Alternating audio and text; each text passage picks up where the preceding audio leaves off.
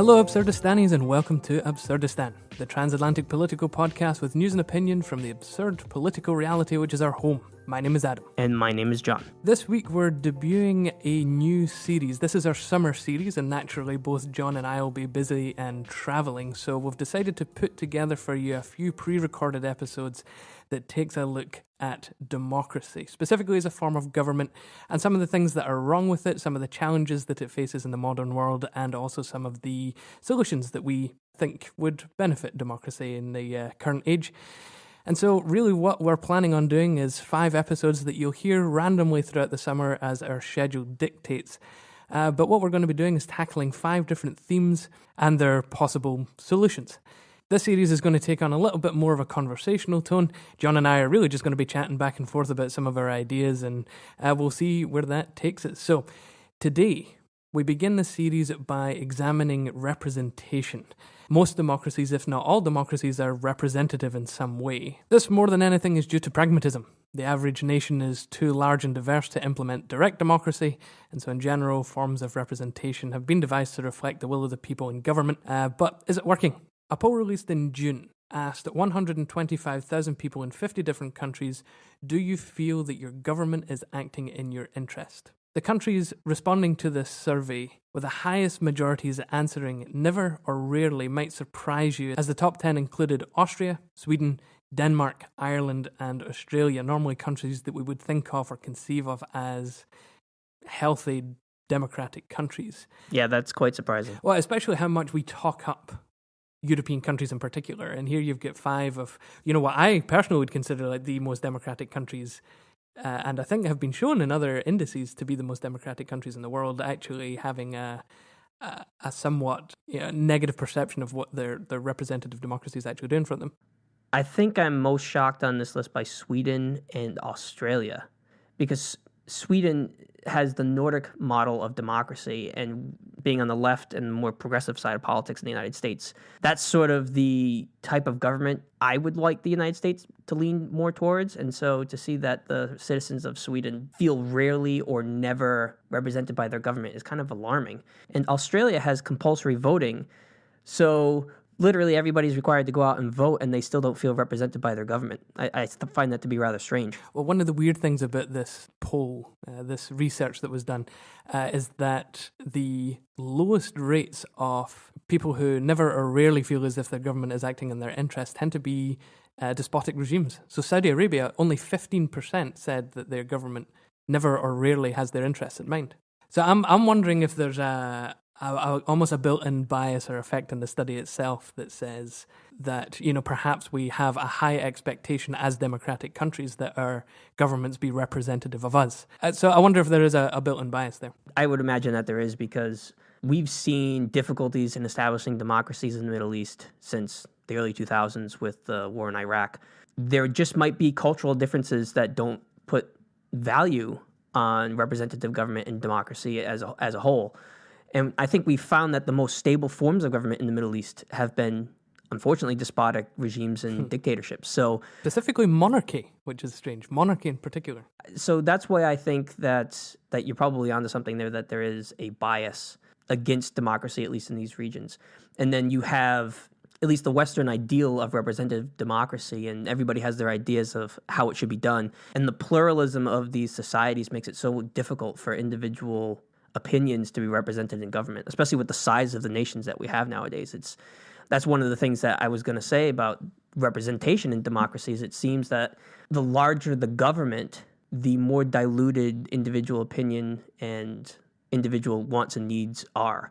So the less effect that you have on overall policy as a person, the less you'll feel represented. And there's a few problems with representative systems to begin with anyway, like both institutional and I guess you could say like private interest effects on representative government. Definitely.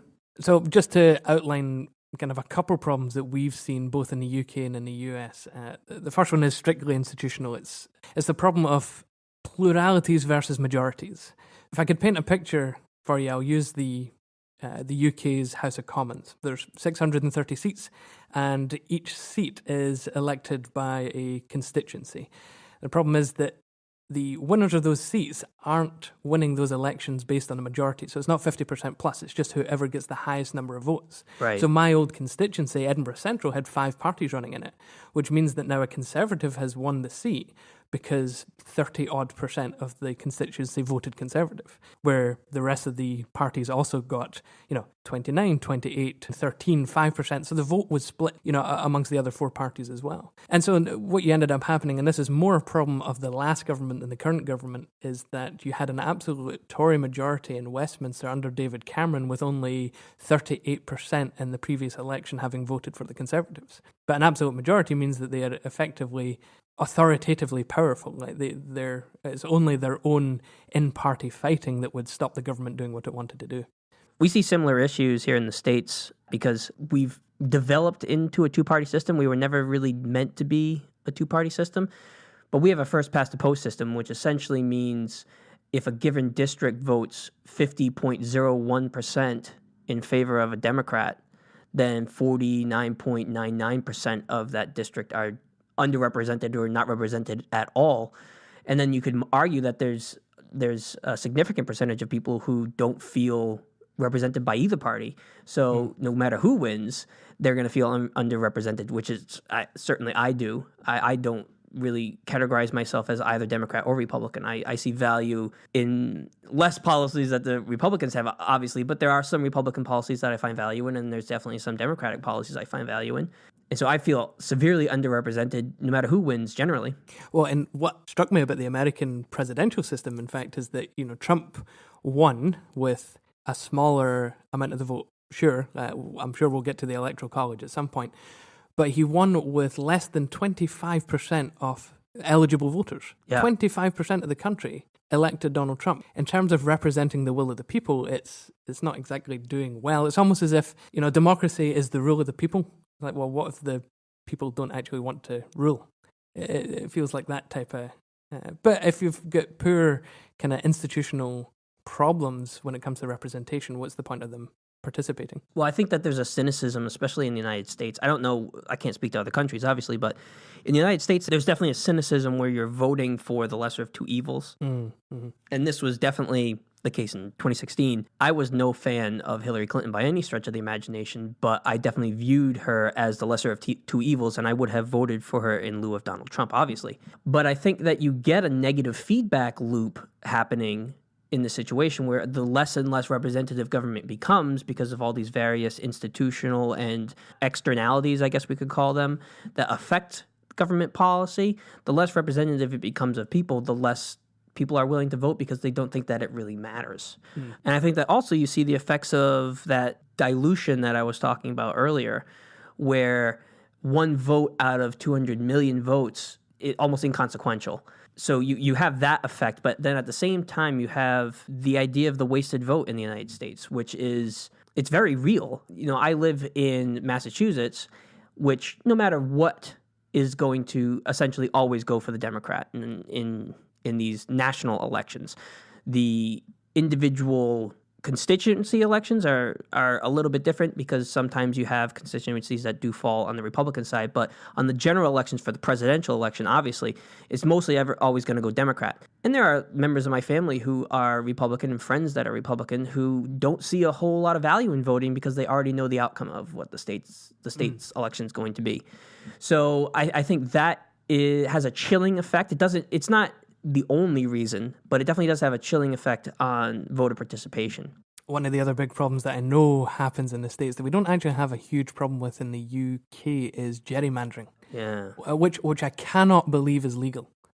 So if you're unaware, gerrymandering is when the legislature itself gets to determine its own the setup of its own constituencies, effectively allowing the legislative branch to parcel together nice little neat constituencies that allow it to eternally win majorities in the legislative chamber.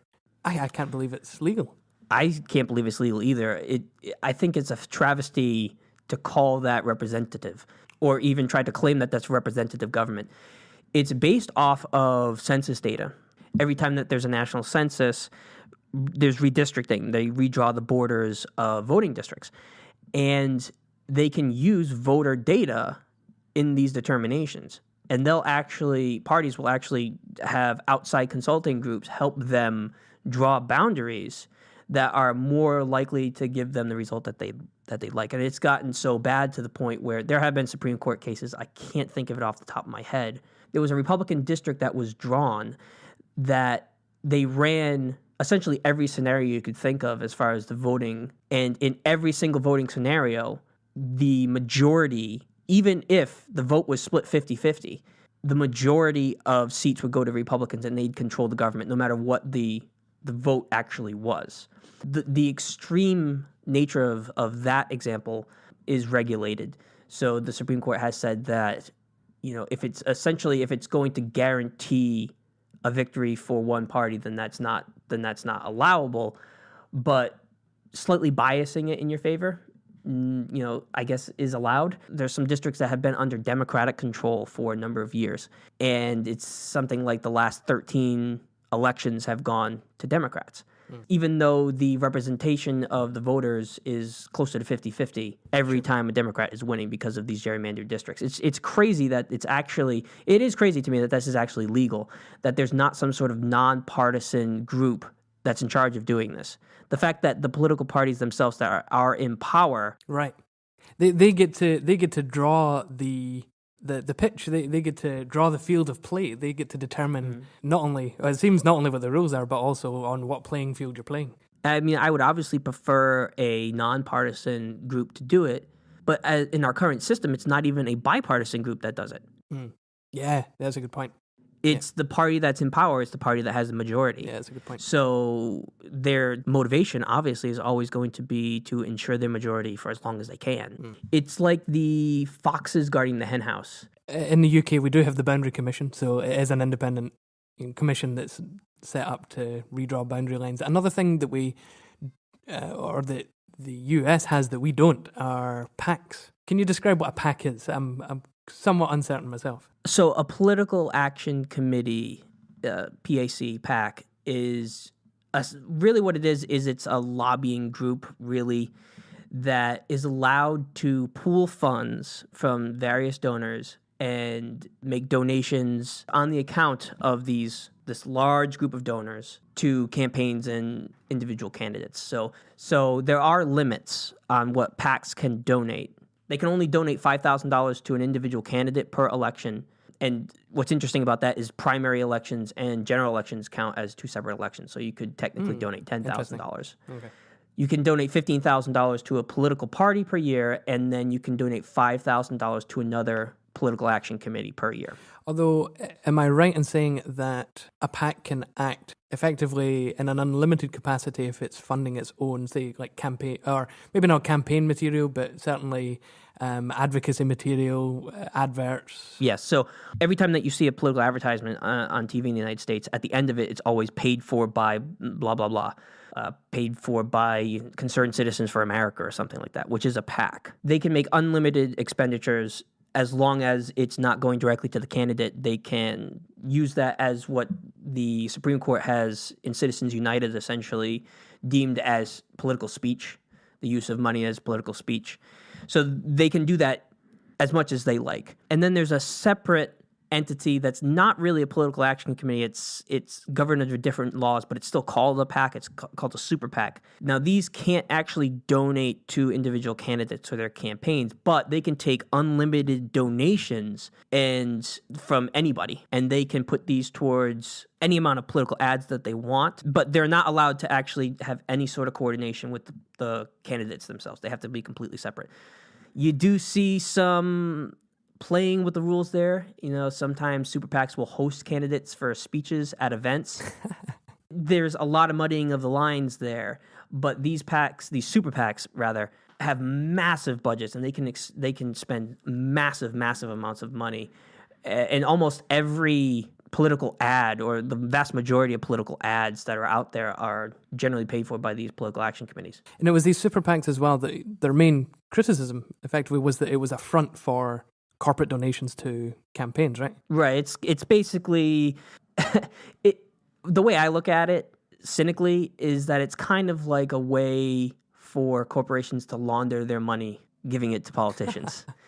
Sure. And we've seen that the larger the spending generally, the people who spend the most on advertisements generally get the word out more and can defeat their opponents. And so what I think of immediately when I talk about money in politics and specifically these large interest groups, I think of back in the day when we had the civil rights issue, and I don't want to equate these two, but there was a quote that came out during the civil rights movement that everyone is equal.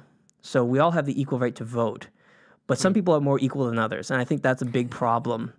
It feels like certain interest groups and large corporations and individuals have much more sway than they ought to on the government. So it's not as though we do have the equal ability to affect policy. So it looks as if we've got two large categories then of problems of representation. One is kind of an institutional one where it seems like a minority is able through the institution to be able to dictate policy terms and who the government is going to be. This happens in the UK quite a bit, and it seems to happen in the US. This would also include gerrymandering. And then you've also got the influence of, let's say, interest groups, both corporate and otherwise, having an influence on the policy that makes the government more representative of those issues than the actual concerns of the people themselves. So on that basis, John, what do we do? What are some of the solutions? Is there any hope for representative democracies? First of all, no democracy is ever going to be perfect. This is true. So anything that we discuss here, there's going to be obviously downsides to everything that we talk about. Knowing that, though, when it comes to the problem of pluralities and first past the post systems like you have in UK constituencies and in the United States representative districts, I would favor moving to more of a proportional representation system with a larger pool of parties. And we talked about this with the Netherlands, where you have all these parties, and you have basically only pluralities for parties. No party gets a majority of the votes, and they're forced then to incorporate some of the larger pet issues of these smaller parties into the overall... Literally. Oh, yes, definitely. Because there is an animal rights party. Yeah, I think made it in the government last time. But really, these fringe groups that are voting for these smaller parties, because of the nature of a proportional representation system where there's no majority party and you have to develop coalitions in order to govern, compromise is built into that system. Yeah, that's right. Whereas it's not really built into the American system. And we've seen that become more and more fractured over the last 20 years where the Republicans will get into office and reverse everything that the Democrats did, and then the Democrats will get into office and reverse everything the Republicans did. And when they can, they'll act without the support of those other parties. Whereas needing the support of other parties is a built-in feature, not a bug, of these proportional representation systems. But like I said, not everything's perfect. This leads to governments that are not very stable. Yeah, and I think it took between 150 and 200 days for the current Dutch government to come to a negotiated agreement as to what party would do what in government. So you're right, there are downsides, but does it pay off in the long run? The other problem with the Dutch system, actually, is that it's a single nationwide constituency. Right. So I think it's like 13 million people are voting within a single constituency, and then parties are just allocated their seats dependent on the amount of people voting for them across the entire country. Mm-hmm. But one of the things about representative government is that the people that you send to Parliament represent you. Whereas if it's a nationwide system, how am I being represented there? Am I represented by the party that I supported? Like, there's certainly no local representation.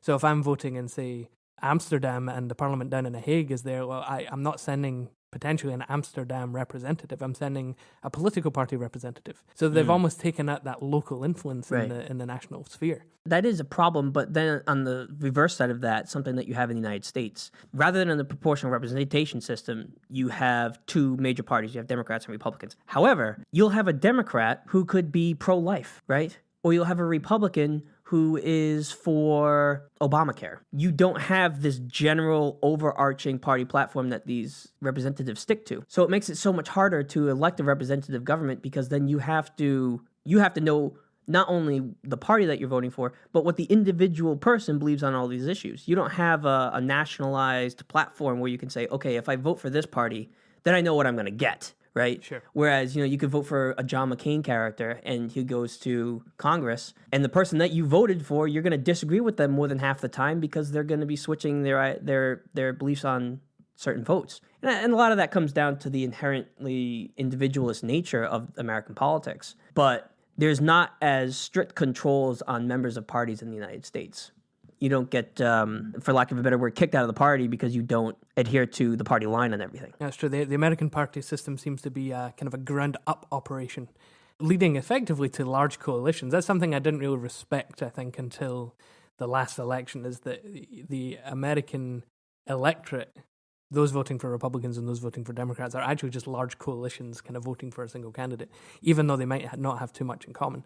The same thing is starting to become more clear in the UK, but within European politics, party politics are always top-down. So they're always run from kind of a national, and, maybe that's the problem. Actually, to remain neutral on it is another way of doing it that has its pros and cons. Let's put it that way. It does mean that you have kind of a central idea that you definitely know what you're getting for when you vote for a party. At the same time, you cannot have influence on what that party does in a way that you could do in the States. It's also then much more easy to get your voice heard, though, through other means, like another political party that you might agree closer to. I guess so. You could always switch your vote if... You could switch your vote, or, hey, it's probably a lot easier to actually start a political party. This is true. And I guess the Dutch system in particular is quite open to this, given the number of small parties. So like I said, animal rights and pensioners' rights parties have kind of popped up and ended up in government. Yeah, and these parties have 2 or 3 seats. Right, exactly. And they're in a governing coalition now, and they can actually get some of their issues before the General Assembly in the Parliament and actually get things done that they want to get done. I mean, a classic example of this is sort of a negative example if you're in the favor of the European Union, but a classic example of this is something like UKIP.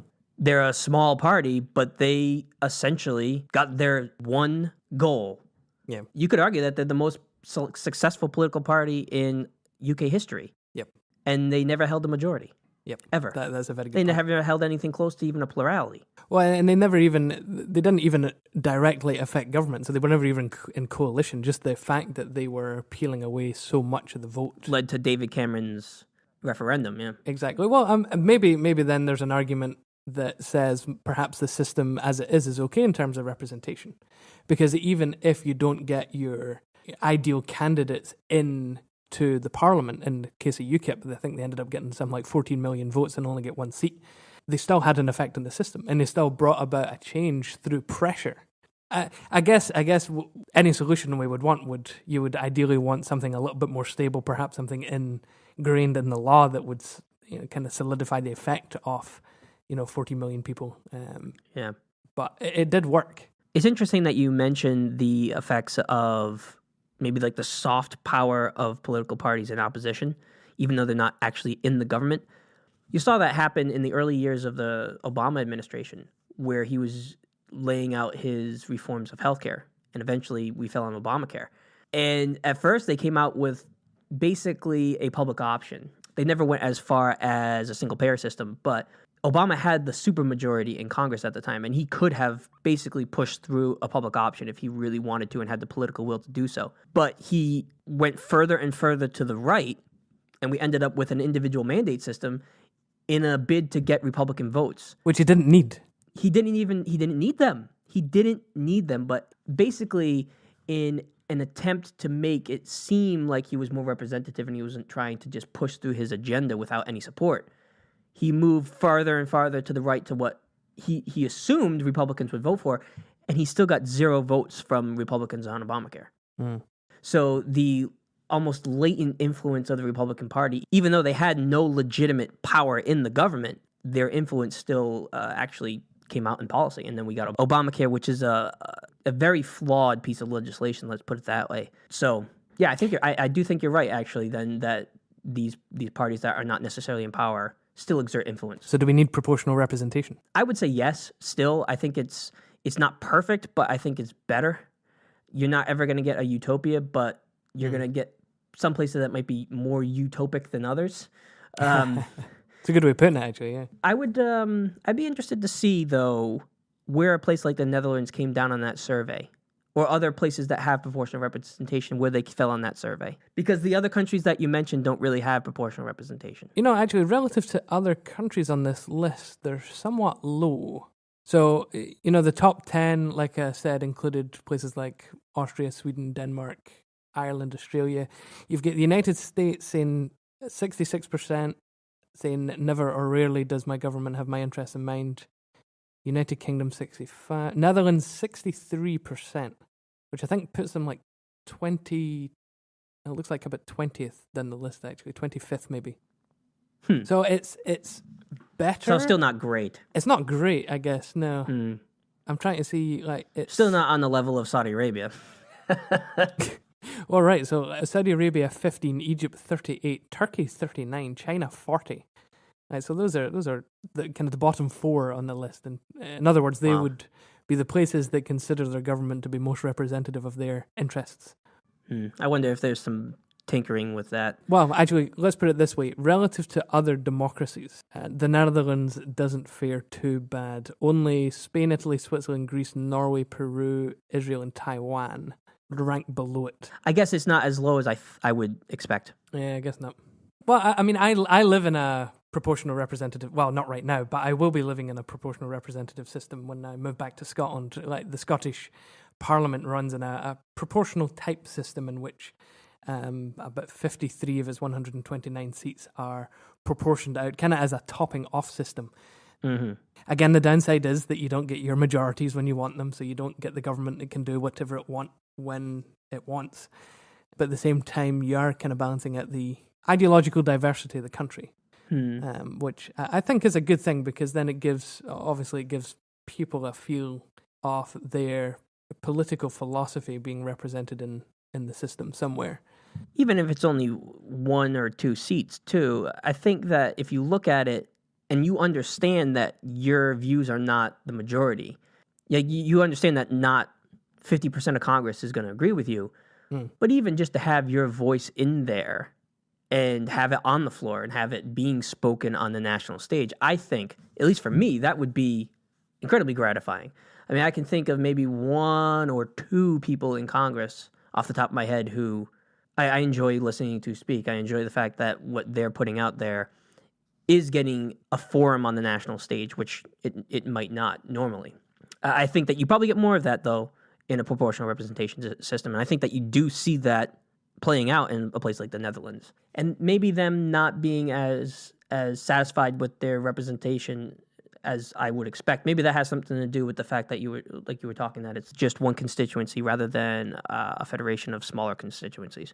Speaking of federalism, how do you think proportional representation would work in the US?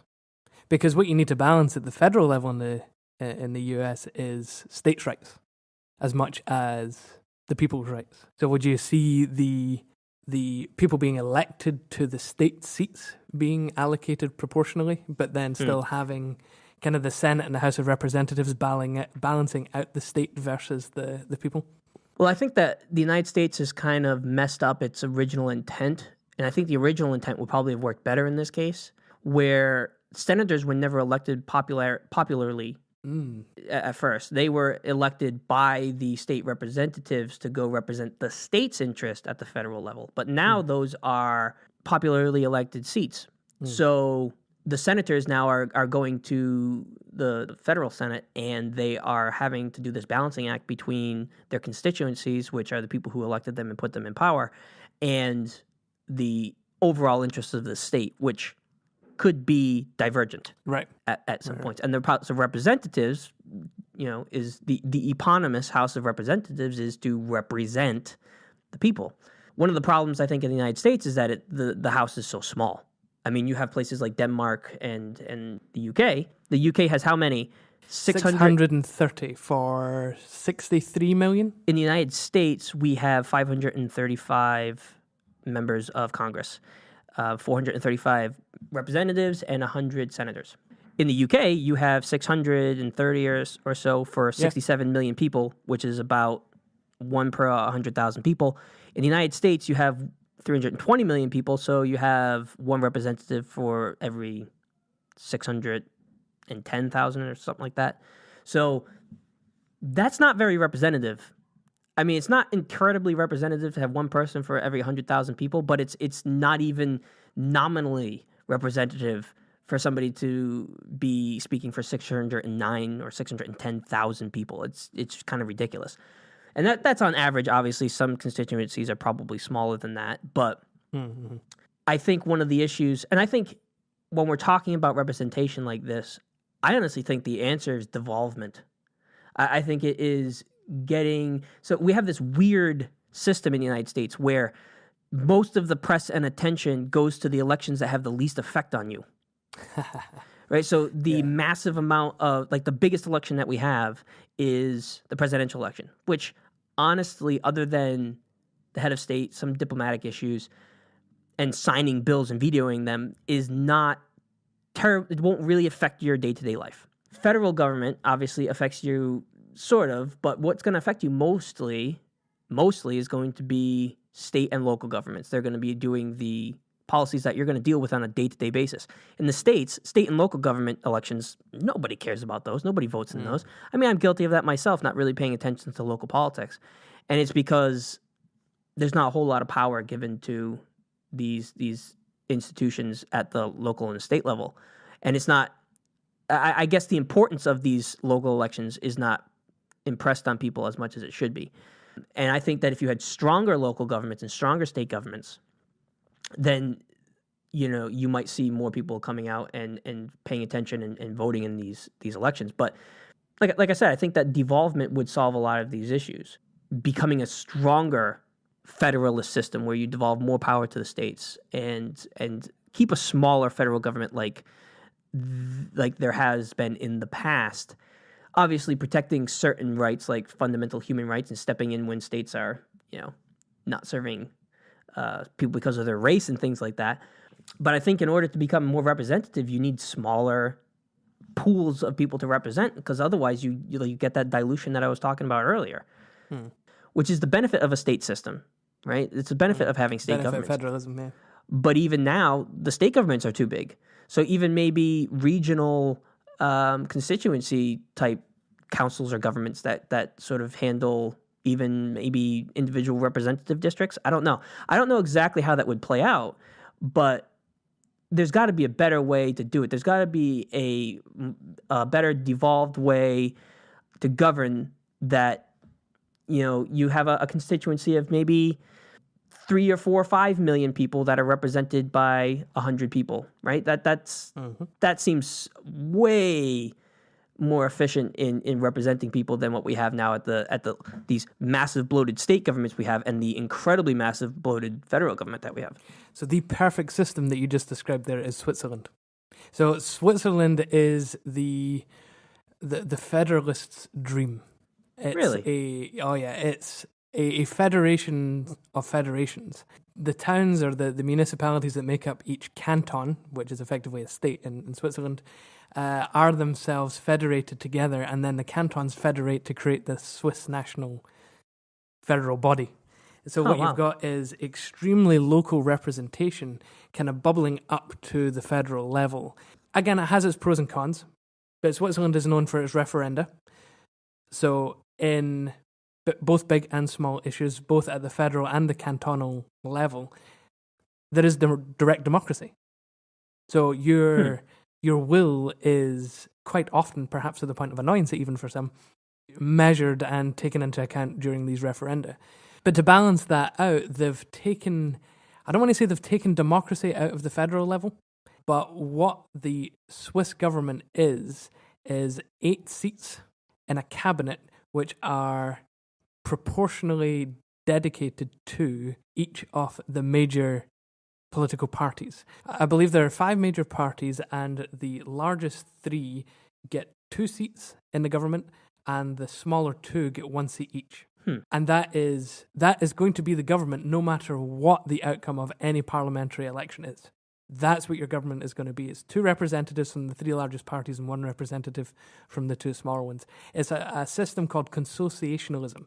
Effectively, what it means is that they have decided to forego, so they've deprioritized democracy at the federal level, particularly within the executive branch. It's still democratic within the legislative branch, to ensure that each of the major political ideologies of the state are representative in the cabinet, in the government. So how well does it work? define work. I mean, Switzerland is one of the most successful countries in the world. It's Okay, well, enough said. like it's perhaps not one of the most democratic, particularly at the federal level there, but by removing or diluting their democracy for the executive branch, they've almost made it more representative, because then every major ideology has a say in what government policy is, or particularly in the executing of government policy. And it helps. It helps that Switzerland itself is a fairly small country. I think there's only 12 or 50 million people. Yeah, that's what I was going to say. That's a moderately sized state in the United States. So that's right. Yeah. But then too, their federal government is relatively weak compared to their cantons. Cantons are quite powerful. So there is a certain limitation as to what the federal government can do in Switzerland. But it seems to have kind of answered all your questions in a sense that, the federal executive is small. The cantonal governments are representative.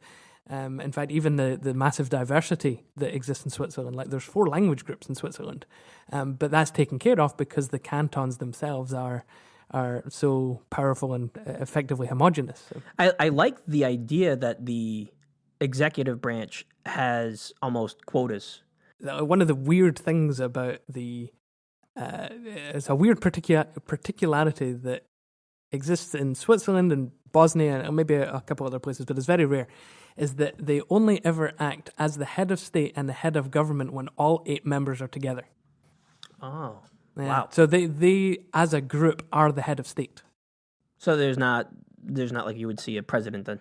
Correct. They act as the president, quote unquote, when all 8 of them are together. Otherwise, each of them have their own separate ministries that they're responsible for. And whenever you encounter one of them, they are just a minister in the government. They're not the prime minister or the president. But when they're together, they form the head of state. I actually love that idea. It's such a cool idea. It's so unique. I love that idea. I am skeptical about how well it would work on a large-scale system like the United States. That's possibly true, yeah. But I do see that as probably the quickest and most effective way to get the United States away from its 2-party system like we have now. Because if you had major parties, like major third parties or 4th or 5th parties that are guaranteed some sort of representation in government, then you're going to have people who are much less likely to have to fall on either side.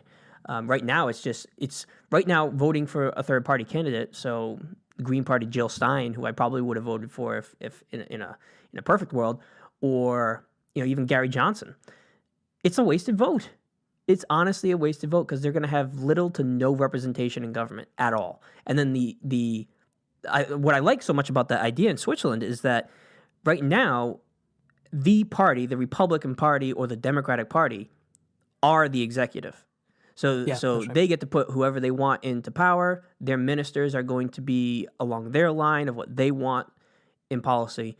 And I don't feel represented by Scott Pruitt or Betsy DeVos or Ben Carson. And 50% of the country, 55% of the country probably doesn't feel represented by them. So to have the limitation on the executive that, no, you can't just throw people who are going to be your cronies and do whatever you want into these ministerial positions. No, you need to cooperate with the other ideologies that are present in the country, and you need to be representative of your people.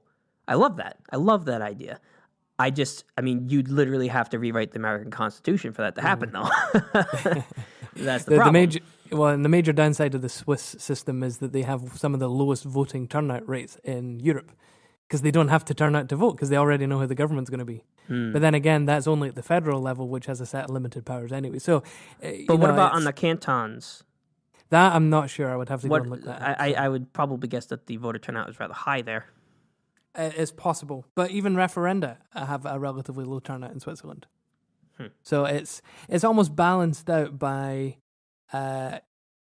apathy in a sense. So I'm not sure if Switzerland answers our problems with the democratic side of representation, because what they've done is deprioritized democracy effectively for the sake of ideological representation. I think that would be a hard sell to most people, and probably definitely most Americans, that even though they might not vote consistently or really be involved in politics, the idea of having an undemocratic unelected body governing them would not sit well, I don't think, with most people. It's elected, just not. In other words, elections don't tend to have a huge effect. They do have an effect, technically, because it's still kind of largest parties get the 2 versus the 1 seats. Would you liken it to something like the Supreme Court, where you don't vote in the Supreme Court, but your vote affects who gets appointed to the Supreme Court? I guess you could say that. Yeah. The Supreme Court seems a little bit more consequential than that, though. Speaking of the Supreme Court, do you think, and this is to kind of move tracks to our gerrymandering, do you think that the Supreme Court should have a say on what the boundaries are? Or that the judicial system in the state should have a say? Because obviously you can't leave it to the legislative branch, because they're just going to rule in their own favour. Could you leave it to the judicial system, though, in the States? Because they can sometimes be as partisan as... Yeah, well, I think you see that. I think you see... I mean, one of the central features of presidential campaigning is who is this person going to appoint to the Supreme Court? And the reason is that they're going to appoint somebody who is ideologically aligned with their mission. You had the recent appointment of Neil Gorsuch, who is, for the most part, ideologically aligned with President Trump, which means he's very conservative. And so you do have liberal leanings on the Supreme Court, like Sotomayor and Ginsburg. And then you have conservative leanings like Thomas and Gorsuch. And then you have somebody who might be in the middle, like Justice Kennedy. So you do see partisanship in the Supreme Court, as much as they leave it to or ascribe it to legal arguments. Really, at the base of it is a political bias. So, for instance, in the Citizens United case, I think it was Scalia who said that not only does a super PAC, spending a ton of money to give to a political candidate or to their campaign through individual political ads. Essentially, what they were saying is that not only is it not corruption, it's not even the appearance of corruption. Which, in my view, that's a pretty partisan statement to make, because that is, I mean, it doesn't seem logical to me to not view that as the appearance of corruption. But you can just give it the smell test. You can give it the eyeball test and see, this PAC spent all of this money on a certain political issue, and once this person got elected, that political issue was one of their priorities. I am uncomfortable with leaving it to the courts, because I think that ultimately you're going to end up with the problem of a partisanship in any case.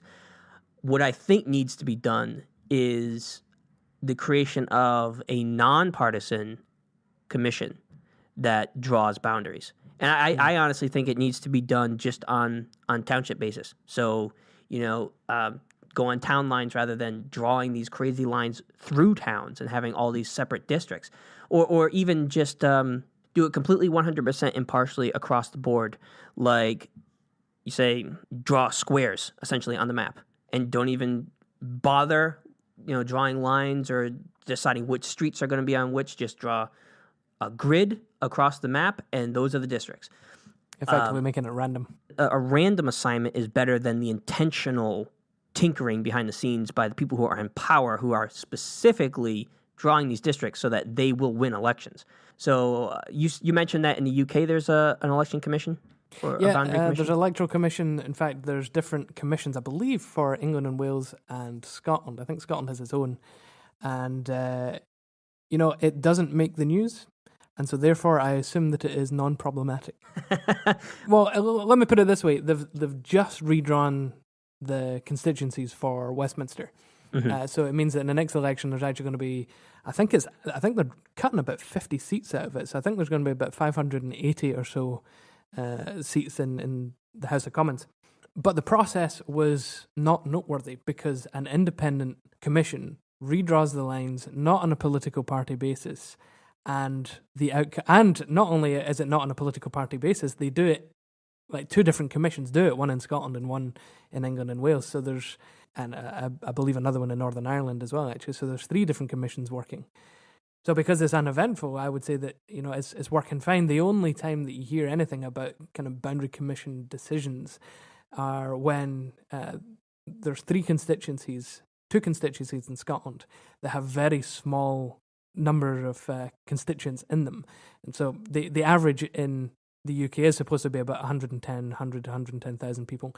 There's a couple of Scottish constituencies that have 40,000 or even 20,000. But these particular constituencies are the island constituencies, and so their needs are quite unique relative to the rest of Scotland and the rest of the UK. So there's those are the only times in which you hear any commotion coming out of the Commission. So I would say the Commission system works fine. It seems to be independent. No one seems to complain about it. I would back that system simply on that basis then.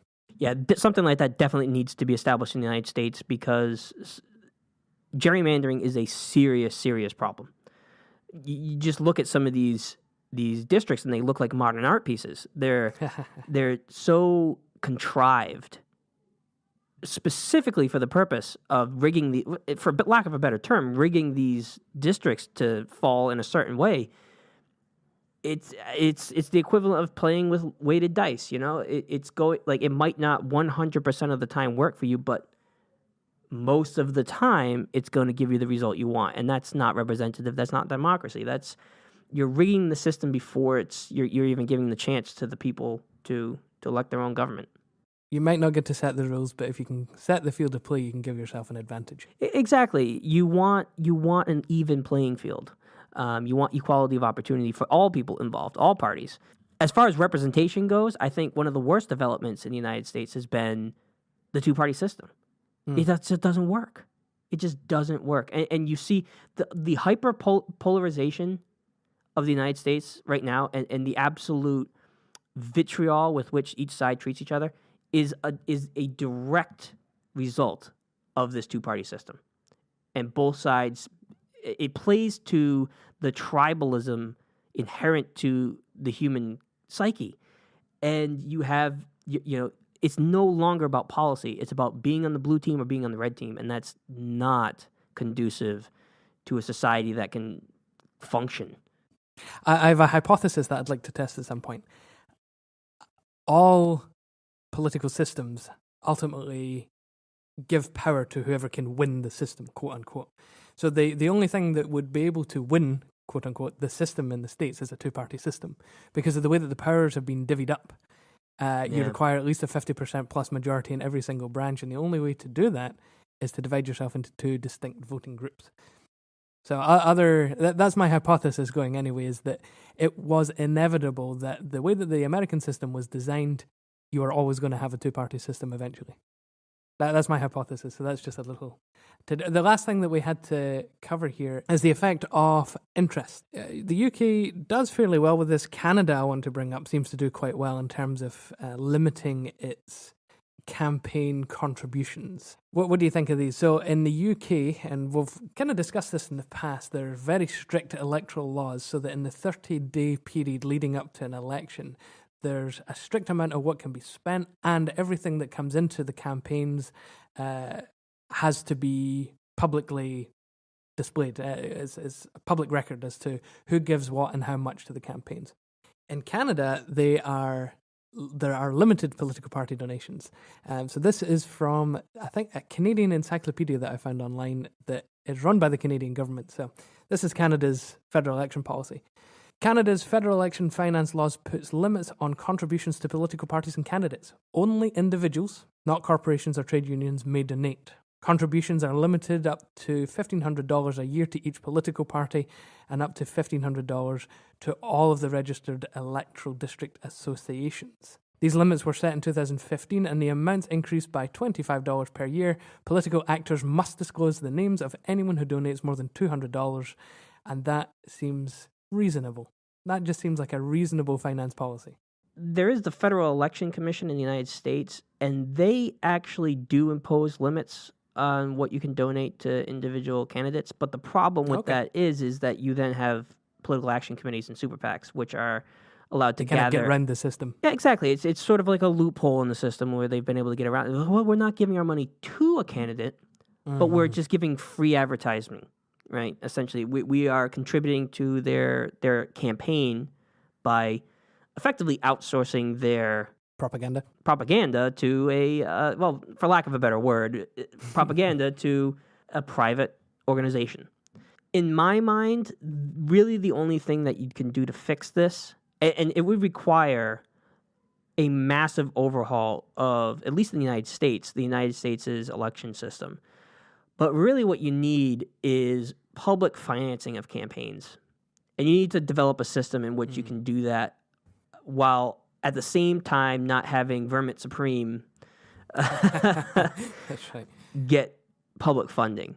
Sure. There would need to be a threshold of, signatures, and that threshold would change obviously for the levels of government. For president, the signatures would probably have to be in the millions. But develop a system in which you're not just giving money to anybody who puts their name in and says they want to run for president, but setting up a system in which your campaign can be funded publicly, so that when the money for your campaign is coming from taxpayers, you're not going to be beholden to any certain interest that donated more to you than others. I was surprised to find that Canada already has a policy like this. It's not 100% though, right? Right, so it's between 15 and 60%. So your largest party is the Liberals, the Conservatives, the NDP. They're probably only going to get about 15% of their campaign finances reimbursed. If you're a smaller party, you could get up to 50 or 60% of your expenses reimbursed if you get between 2 and 5% of the vote. So it gets rid of your Vermont Supreme types, who are only going to get, a couple hundred votes. But it also benefits parties like the Green Party. In America, the Libertarians could have been a beneficiary to this type of project, this type of policy. So it's not a complete 100% reimbursement, but it does actually help small parties along, helps them get the word out there. It's one that actually gives a lift up to the small parties. Would you agree with complete 100% reimbursement? So in other words, take out campaign finance completely. Yeah. Super PACs completely, and then just go for 100% state-funded. Each major party gets an X amount to spend, and then depending on their outcome, they can, be reimbursed for that money. Ultimately, that's what I would want. I would want 100% public. It does level the playing field quite a bit. It does level the playing field. It shifts the onus of who you're beholden to. That's true. To the people. That's a good point. Yeah. You don't have the problem of private corporate interest manipulating the government behind the scenes because of massive donations to super PACs. There are 14 states, actually, in the United States that do have some sort of public finance for campaigns. Some are full financing, some are partial financing, but there's various rules in place. Like in each case, you have to, there's a maximum amount of private donations that you can take. So per person, so I think in most cases, like between $100 and $200. And there's a minimum number of actual individual donations that you need to receive prior to you getting any funding. So it's saying, well, we need proof that enough people are going to support you and give you money, and enough people would vote for you to make this worthwhile. And then you can get full or partial funding.